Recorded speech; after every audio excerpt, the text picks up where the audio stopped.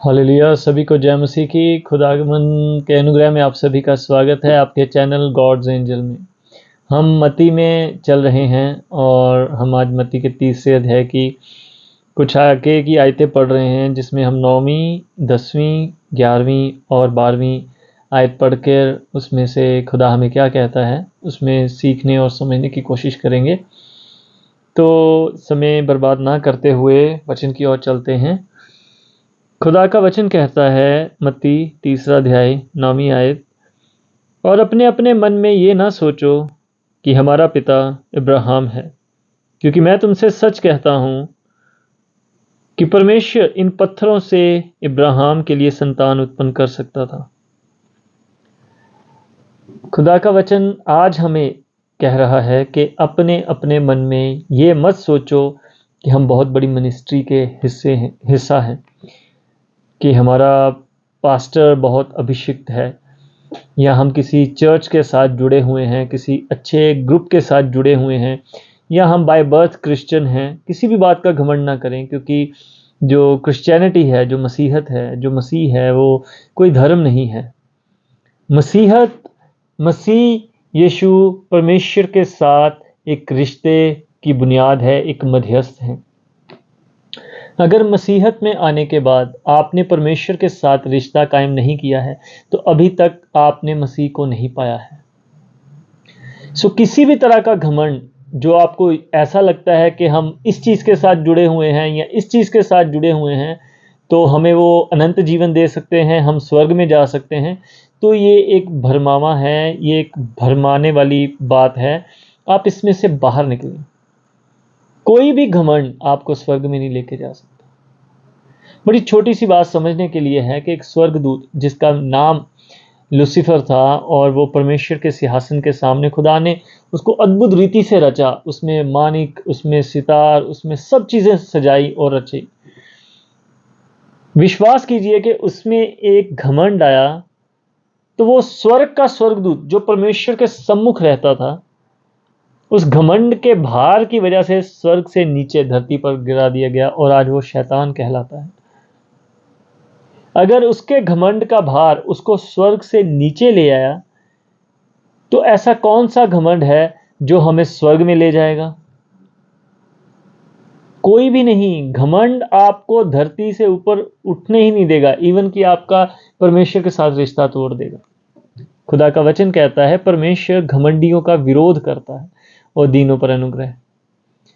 किसी भी तरह का घमंड, चाहे वो चर्च का है, चाहे वो पास्टर का है, वो चाहे आपके वचन के ज्ञान का है, और चाहे वो आपका बाय बर्थ क्रिश्चियन होने का है, किसी भी रीति का घमंड आपको प्रभु के नजदीक नहीं लेके जाता। ये आप समझ लीजिए, क्योंकि वचन कहता है कि परमेश्वर इन पत्थरों से इब्राहिम के लिए संतान पैदा कर सकते हैं। आज देखिए, पत्थरों से संतानें पैदा हो रही हैं। कैसे? ऐसे कि जो वचन के विरोधी थे, जो बाइबलों को फाड़ देते थे, चाहे वो साधु सुंदर सिंह थे, चाहे वो करतार सिंह थे, चाहे वो जक्की डाकू थे, या ऐसी बहुत सारी गवाहियां हैं जो आपको आराम से मिल जाएंगी, जो शैतान के पुजारी तक थे। आप इंटरनेट पे उन गवाहियों को देखिए। तो वो जो पत्थर थे, जो विरोधी थे, खुदा ने उनके दिलों को भी बदल डाला। शुरुआत शाऊल से हुई थी, जो मसीहों को मारना अपना धर्म समझता था। तो देखिए, उन पत्थर दिलों में खुदा ने अपने अनुग्रह को डाला और वो आज मसीहत में, परमेश्वर में संतान है, खुदा की संतान के रूप में पैदा हुए। तो प्रभु तो पत्थर दिलों में भी अपने संतानों को उत्पन्न कर सकता है। वचन मत्ती 10 कहता है, 3 का 10 कहता है, अब कुल्हाड़ा पेड़ की जड़ों पर रखा हुआ है, इसलिए जो जो पेड़ अच्छा फल नहीं लाता वह काटा और आग में झोंका जाएगा। आप इस चीज को देखिए कि जहां यूहन्ना के बारे में इंट्रोडक्शन हो रही है, ये पूरा का पूरा पुराना नियम जो है एक्सप्लेन हो रहा है। ये प्रभु यीशु मसीह की एक अच्छी तस्वीर को एक्सप्लेन कर रहे हैं, क्योंकि आगे की जो चीजें हैं वो इसी में से निकल के आएंगी। देखिए परमेश्वर की योजना को वो किस तरह आपको बता रहे हैं कि जो जो पेड़ अच्छा फल नहीं लाएगा वो काटा और आग में झोंका जाएगा। और कुल्हाड़ा कहाँ है? न्याय कहाँ है? टहनियों पर नहीं, जड़ों पर। प्रभु यीशु मसीह एक बार अंजीर के पेड़ के पास गए, वो चलते चलते उनके पास गए और वहां जाकर जब उन्होंने देखा कि सिर्फ हरियाली हरियाली है, उसमें अंजीर का कोई फल नहीं, तो प्रभु ने उससे श्राप दिया कि तू सूख जा। और जब शाम को वो ढलते हुए वापस आए तो उनके चेलों ने कहा, देख प्रभु ये सूख गया। तो उन्होंने कहा ऐसा ही होगा, अगर कोई अच्छा फल नहीं लाएगा तो वो सूख जाएगा और उसको आग में डाल दिया जाएगा। यही वचन है जो वहां पर पूरा हुआ है। फल लाना जरूरी है, जैसे हमने पिछली वीडियो में बात करी कि मन फिराव के योग्य फल लाना भी जरूरी है। हम चर्च जाते हैं, हम फास्टिंग करते हैं, हम दान देते हैं, दशमांश देते हैं और हम कन्वेंशंस अटेंड करते हैं, हम बहुत सारी धार्मिक रीतियां करते हैं, वो हरियाली है, मगर फल कहाँ है? पवित्र आत्मा कहाँ है? पवित्र आत्मा के फल कहाँ है? प्रेम कहाँ है? सहनशीलता, संयम, मेल मिलाप, माफी, शांति, फल कहाँ है? क्या आप में कोई देखने वाला मसीह को देखता है, या आपको बताना पड़ता है कि मैं मसीह हूं? देखने वाला आपके नाम से आपको पहचानता है या आपके किरदार से आपको पहचानता है? साथ काम करने वाला क्या उस सिपाही की तरह गवाही देता है कि ये मसीह का बेटा था, जो कलवरी क्रूस के ऊपर जब एक सिपाही ने परमेश्वर को देखा और उसकी गवाही दी? क्या आपका किरदार, आपका व्यवहार मसीह को रिप्रेजेंट करता है? वो फल है। परमेश्वर उन फलों के लिए आपको ढूंढ रहा है, देख रहा है, और वचन बड़ा साफ और क्लियर है। देख लीजिए, वहां पर भी प्रभु यीशु मसीह के मुख से भी और यहां पर भी, जो फल नहीं लाएगा उसको काट दिया जाएगा और उसको नरक में डाल दिया जाएगा, ना बुझने वाली आग में। चाहे वो तोड़ों का दृष्टांत देख लीजिए, जहां पे परमेश्वर कह रहे हैं कि एक जिसने कुछ भी नहीं किया, अपना तोड़ा संभाल के रखा और प्रभु को वापस करने की कोशिश करी, प्रभु ने इसको लेके उसको दो, जो काम कर रहा है, जो मेहनत कर रहा है, जो फल ला रहा है, और इसको आग में डालो, नरक में डालो। कोई सोचने वाला ये भी सोच सकता है कि इतना कठोर, इतना कड़वा क्यों? आप इसकी जड़ों में जाइए। अपने मसीह को अपने जीवन में अपनाया क्यों, पहले ये बताइए। क्या खुदा की कुर्बानी आपके जीवन में क्या कार्य करती है? उसको आप किस नजरिए से देखते हैं? उसका उद्देश्य क्या है आपके जीवन में? उसकी जड़ें क्या हैं आपके जीवन में? जब आप परमेश्वर की सबसे महान कुर्बानी, निष्पाक मेमना प्रभु यीशु मसीह की कुर्बानी को अपने जीवन में आत्मा में ग्रहण करेंगे, तो आप बिना फल लाए रह ही नहीं सकते, क्योंकि वो आपके अंदर एक धधकती हुई आग है जो आपको मसीह के करीब लाने के लिए प्रेरित करती है। पवित्र आत्मा आपको हमेशा खुदा की ओर धकेलती है। और जिन्होंने अभी तक बपतिस्मा और परमेश्वर की कुर्बानी को अपने जीवन में अपनाया ही नहीं है, वो बाय बर्थ क्रिश्चियन हो सकते हैं, मगर दोबारा जन्म, नया जन्म पाया हुआ विश्वासी नहीं हो सकता। नया जन्म पाया हुआ विश्वासी दिन रात प्रभु की उपासना करता है, उसकी लालसा करता है, उसके वचन की लालसा करता है, और वो यही कहता है, मैं अपने भाई बहनों को, अपने विश्वासियों को, और जहां तक मैं अपने वचन को पहुंचा सकता हूं, खुदा के वचन को पहुंचा सकता हूं, पहुंचाओ। ये है 11 नंबर आयत में पढ़ते हैं, मैं तो पानी से तुम्हें मन फिराव का बपतिस्मा देता हूं, परंतु जो मेरे बाद आने वाला है वह मुझसे शक्तिशाली है, मैं उसकी जूती उठाने के योग्य नहीं। वह तुम्हें पवित्र आत्मा और आग से बपतिस्मा देगा। नए नियम का पहला वरदान, पहला गिफ्ट, होली स्पिरिट, और अग्नि का बपतिस्मा। अग्नि जो धधकती रहती है, जो आपको ठंडा नहीं होने देती, जो आपके अंदर एक जोश को, एक आग को बचाए रखती है, और ऊपर से पवित्र आत्मा, खुदा का आत्मा, परमेश्वर का आत्मा, सत्य का आत्मा, जो आपको हर बात के लिए प्रेरित करता है, हर सेकंड आपको प्रेरित करता है, वचन की गहराइयों में लेके जाता है, आपको सिखाता है, आपको बनाता है, और जहां आप जाते हैं वहां आपको इस्तेमाल करता है। ये सबसे पहला जो है वो गिफ्ट है परमेश्वर की ओर से, जो प्रभु यीशु मसीह ने हमारे लिए दिया। खुदा ने चेलों से कहा, जब तक प्रतिज्ञा की हुई, मैं जब तक जाता हूं, पवित्र आत्मा को जब तक नहीं भेजता, तुम कहीं मत जाना। और जब वो पवित्र आत्मा पाया और सामर्थ पाई, फिर वो धड़ल्ले से धरती हुई आग की तरह मंदिर में खड़े होकर उपदेश दे रहे। फिर उनको मरने का, डरने का, किसी तरह का कोई खौफ नहीं। स्तिफनुस पहले उपदेश में मारा गया, उनको पथराव करके मारा और कह रहा है, प्रभु इन्हें माफ कर, ये नहीं जानते। ये पवित्र आत्मा है जो आपको हर एक चीज से आजाद करता है और प्रभु के वचन से भर देता है, क्योंकि खुदा का वचन यही कहता था कि जो आत्मा पिता मेरे नाम से तुम्हें भेजेगा वो तुम्हें मेरी बातों में से लेकर सिखाएगा। और उनकी क्या बातें हैं वो हम आगे सीखेंगे। और देखिए, इस वचन में चलते चलते आने वाले कुछ महीनों में, जब तक ये मत्ती हम पूरा करेंगे, आप देखिए आप उन वचनों में क्या किरदार ढूंढते हैं कि खुदा आप में क्या क्या चाहते हैं।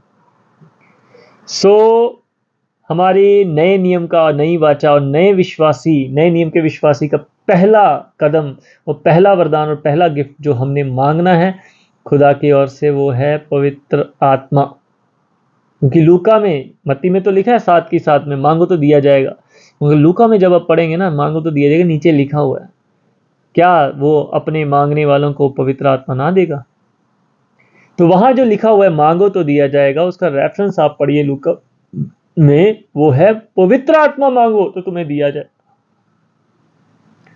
तो मांगिए खुदा से पवित्र आत्मा, रूह पाक से भरिए। पवित्र रूह से भरने के लिए खुदा के आगे आइए और प्रार्थनाएं करिए। बाकी सब चीजें खुदा की आत्मा करेगी आपके लिए, ताकि आप खुदा में गवाह हों। और यहां पर यूहन्ना बपतिस्मा दाता ने अपने आप को विनम्र किया है, दीन किया है, और उन्होंने कहा है कि मैं तो उसकी जूती के बंद खोलने के लायक नहीं। और परमेश्वर इनके लिए कहते हैं कि जितने गर्भ से जन्मे हैं इस धरती पर, वो सबसे बड़े भविष्यद्वक्ता, सबसे बड़े नबी हैं। ये प्रभु यीशु मसीह के वचन हैं। और ये कहते हैं कि मैं तो उनकी जूती के बंद खोलने के लायक नहीं। और आज मैं किसी की निंदा नहीं करता, मगर आज जो अपोस्टल्स और जो पास्टर्स हैं वो अपने आप को मसीह के तुल्य ठहराते हैं। वो पाम संडे पर उनके खजूर के पत्तों पर चलते हैं। उनके कई पास्टर्स के चेले कहते हैं कि ये हमारे जो सेवक हैं वो तो यीशु मसीह ही हैं। और कई लोग कहते हैं कि परमेश्वर ने इन्हें सुपर ब्लेस किया है और इनका कोई कंपटीशन नहीं है और इनके तुल्य कोई नहीं है। सो यहाँ पर आप देखिए, दुनिया का सबसे बड़ा भविष्यद्वक्ता जिसकी गवाही प्रभु यीशु मसीह खुद दे रहे हैं, वो कहते हैं मैं प्रभु की जूती के बंद खोलने के लायक नहीं। पतरस जो खुदा का सबसे प्यारा, उनका प्रिय था, जब उनको फांसी और जब उनको सजा दी गई क्रूस की, माफ कीजिएगा, क्रूस की सजा दी गई, तो वो क्या कहते हैं कि मैं परमेश्वर के तुल्य नहीं, ना मैं उसके समान हूं कि मेरे को उसकी तरह आप सूली दो। आपको सूली देनी है, आप मुझे उल्टी सूली दे दो, मुझे उल्टा क्रूस पर मार दो, मगर मैं उसके समान नहीं, मैं उसके समान मर भी नहीं सकता। ये खुदा ने हमें सिखाया, ये हमें खुदा ने सिखाया, ये प्रभु की वचन हमें बताता है। और इसी से हम पहचानते हैं कि खुदा की ओर से वो वचन किसको हाँ करता है और किसको ना करता है। क्योंकि बहुत सारे भेड़ की खाल में भेड़िए हैं, हमें उनसे भी सतर्क रहना है। हम किसी के खिलाफ नहीं है, मगर सच्चाई बयान करना हमारा पहला कर्तव्य है। वो हमें वचन सिखाता है, चाहे फिर आगे राजा हेरोदेस क्यों ना हो। जैसे आगे जब पढ़ेंगे, यूहन्ना ने राजा हेरोदेस को बोल दिया तूने गलत किया, उसके बदले में चाहे उसको जेल, और जेल के बाद उसका सिर कटवा दिया गया, मगर वो सच बोलने से पीछे नहीं हटा। तो सच बोलना दोष लगाना नहीं होता। लोग कहते तुम दोष लगाते, दोष लगाना नहीं होता। सच बोलना दोष लगाना नहीं होता।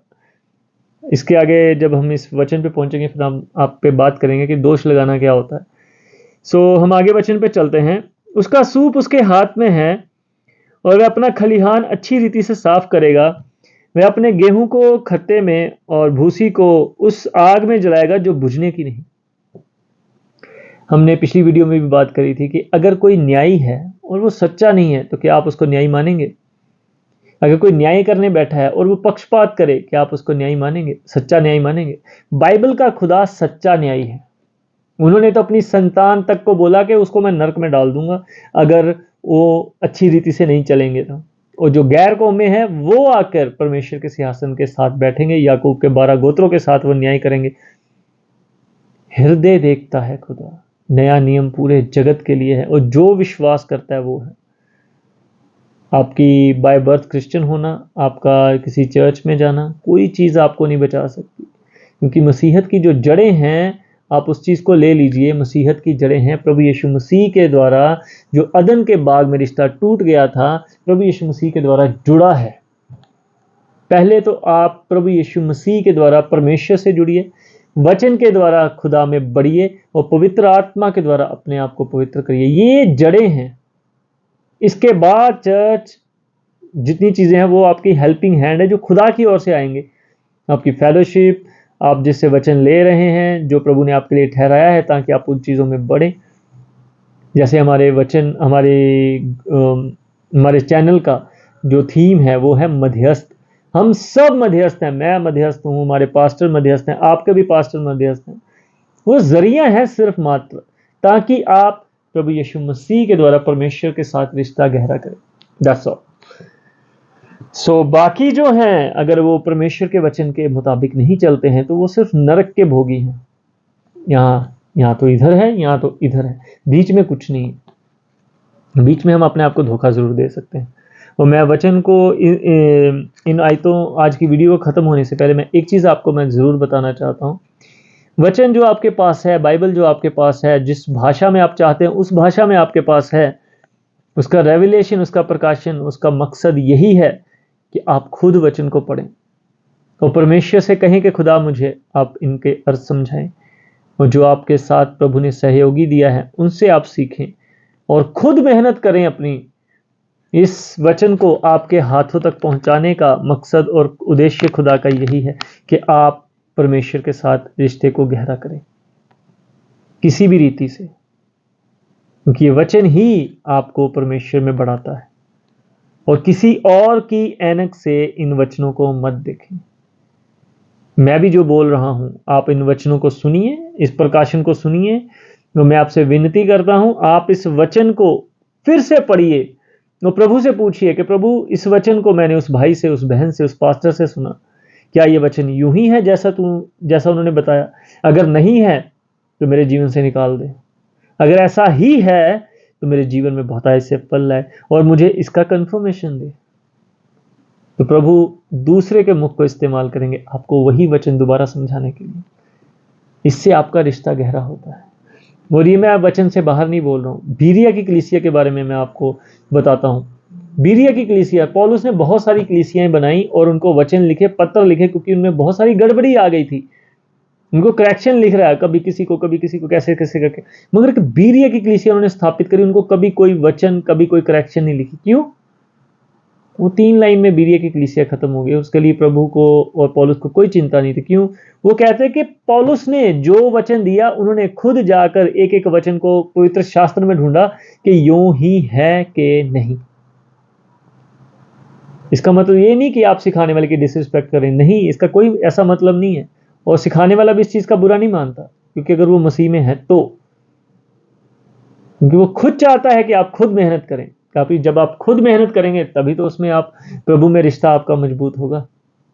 हम खुद प्रेरित करते हैं आपको कि जहां से भी वचन सुने, चाहे हमारी वीडियो से सुने, कहीं से भी सुने, अपने पास्टर से सुने, आप उस वचन को अपने नजरिए से उस चीज को रेफरेंस लीजिए, उस चीज को एज ए रेफरेंस लीजिए और उस रेफरेंस के साथ वचन को दोबारा पढ़िए, उसमें मेडिटेट करिए और देखिए आपके लिए उसमें क्या है। परमेश्वर आपसे बातें करना चाहते हैं, मगर वो आपसे सीधा बात करना चाहते हैं पवित्र बाइबल के जरिए, पवित्र आत्मा के जरिए।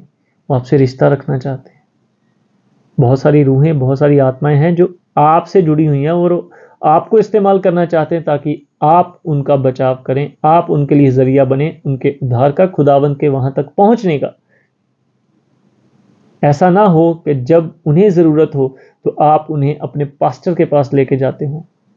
ऐसा नहीं है, शुरुआत में मैं भी ऐसे ही करता था कि जब कोई विश्वासी मेरे पास आता था, मगर हमारे दास ने हमें यह भी सिखाया कि आप खुद भी तैयार हों। प्रभु, जब आप प्रभु यीशु मसीह के नाम से खड़े होंगे, प्रभु आपके साथ भी कार्य करेगा। परमेश्वर पक्षपात नहीं करते। खुदावंद का वचन है, नए नियम का वायदा है, विश्वासियों के चिन्ह होंगे। वो दुष्ट आत्माओं को निकालेंगे, वो बीमारों को चंगा करेंगे, वो भविष्यवाणी करेंगे। विश्वासियों के, आपको बस विश्वास में दृढ़ होना है और प्रभु में रिश्ते को मजबूत करना है। खुदा आपको भी इस्तेमाल करना चाहता है। खुदावन प्रभु यीशु मसीह के नाम में आज का वचन मैं विश्वास करता हूँ आपके जीवन में बहुतायत से कार्य करे। परमेश्वर आपको बहुत बढ़ाए और वचन को पढ़ते रहें, वचन में बढ़ते रहें। खुदावन की आशीष आप सब पर बनी रहे, प्रभु का अनुग्रह आप सब पर बना रहे और प्रभु यीशु मसीह के पाक पवित्र और जलाली नाम में सभी को जय मसीह की आमीन।